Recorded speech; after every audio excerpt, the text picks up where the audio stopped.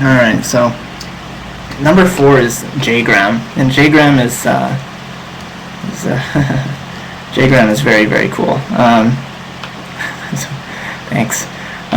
Jgram is absolutely amazing. It's a open source tool, or maybe not open source, but it's like a wiki for Japanese grammar and phrases. So thanks, Betsabeth. And so basically, it's just a community of all sorts of all these Japanese learners who are adding to this database of Japanese grammar and checking Japanese grammar to make sure it's correct, and like checking examples, adding examples, and then there's like this point system that like shows how many people have checked something to give credibility to certain examples and grammar points. So it's something made completely by its community, something that I think is absolutely great. And so let's see, let's move on to the next slide.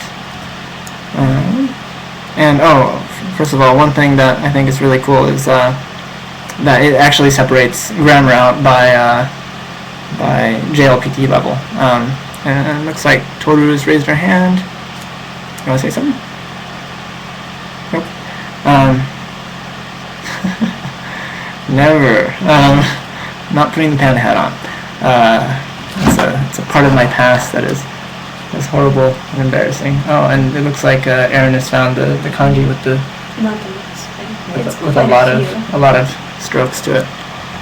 Looks like it's in how many strokes is that? 84 strokes. Taito? Taito. And I have a feeling this is not going to come up with the answer. Chewy. Yeah. My computer can't come up with it, but it's Taito. It's that one. But it might not be the longest, but it's pretty long. So what was I saying? Yeah, so it separates things out by JLPT, which is it's like the standardized test for people who are taking Japanese. JLPT 4 is the lowest level, so it's for the most beginnerish people, and then JLPT 1 is supposed to be like proficiency, like complete proficiency, even though like the grammar and the stuff you learn in JLPT 1 is like freaking it's like I don't know how you say it, just like words people don't use. So there's all sorts of great things here, and this is the site that I used when I was studying for the JLPT, and I basically just went through all the grammar here. I had a tutor, and we just went through all the grammar, and I don't remember very much of it anymore because it's all fairly useless things that you'd only use in reading or writing. So let's see. So yes, and then it also has a useful phrases section. And most sites you go to, you think, oh yeah, it's kind of useful, but like I found that the JGram useful phrases are actually really useful, and there's a lot of them there. And it's not your typical, I'm traveling to Japan, show me where the eki is. It's actually maybe got some really cool stuff there. It's worth checking out. And so here's an example of one of the lists of grammar. So I think I clicked on Yainaya. Oh, I don't think I said that right. So like this means like just as soon as, and then you go down and you see what people have written about it. So these are all examples that people, part of the community, have written. And actually, I kind of cut it off. But on the right side, it shows like a point system. So like what has been approved by people, what hasn't been, what is kind of not very reliable. So it's really good that way, and you can pick out the ones that are the most useful. And they have tons of grammar here. Let's see, do I have something else? Nope. Alright, so number 3 is iknow.co.jp. How many of you have heard of this website?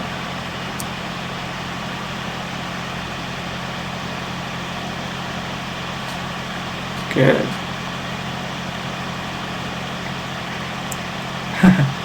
Nice use of the X button there. Wow. So apparently it's not that well known.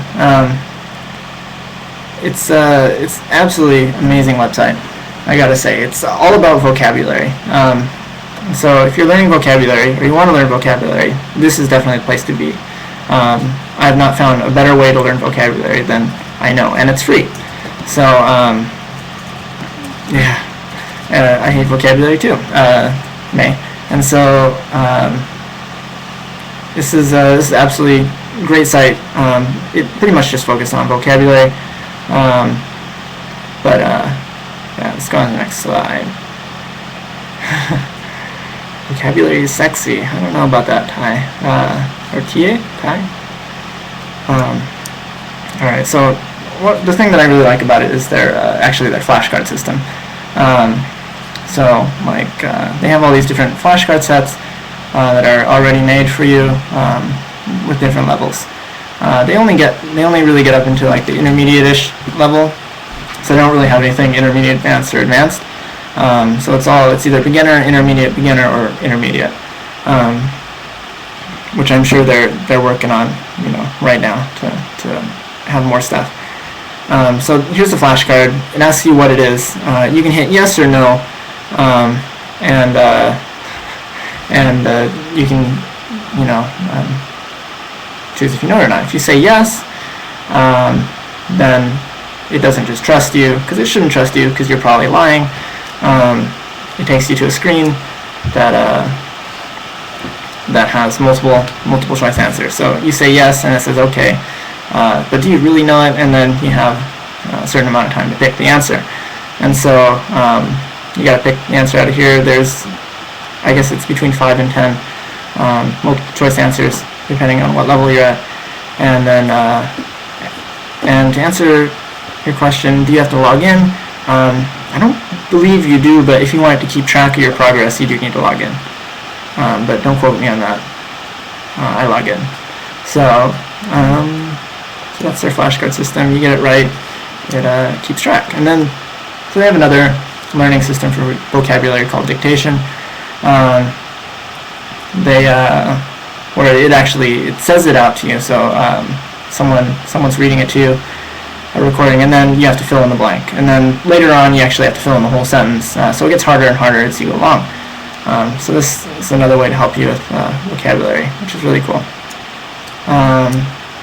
And then they have this brain speed program, which basically it gives you a word, and then you gotta click on the one that's correct right away. And you have a very little amount of time, and it gets faster and faster. You get points for getting correct.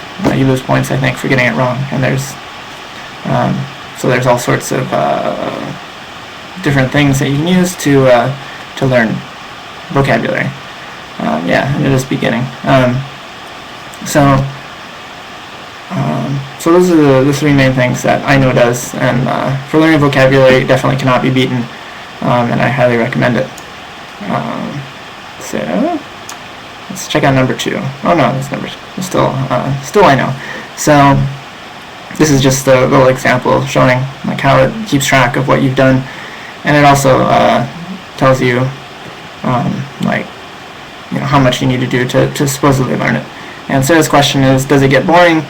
Yeah, I mean it does after a while, but it's better than sitting around with flashcards, and it's a lot faster than that too, I think. So it is boring. I mean, all studying of words is boring. So yeah. Thanks, Cassie. Well, there's only a couple more left. So my number 2 choice for my top 10 list is Tai Kim's Guide to Japanese. There aren't too many resources as good as this on the internet. And Tai Kim, he's an awesome guy. I think he lives up in Seattle. And this is really philanthropy at its best. He did this all out of the goodness of his heart, and made it available for everyone. This is I don't know. It's the closest thing you're gonna get to like an actual textbook, I think, without having to put down money. And I'm hesitant to suggest this site as a way to learn Japanese, but it's absolutely great for actually, like, if you learn something, to go back and look at examples and to solidify things you already know. And so yeah, this is really as close as you'll get to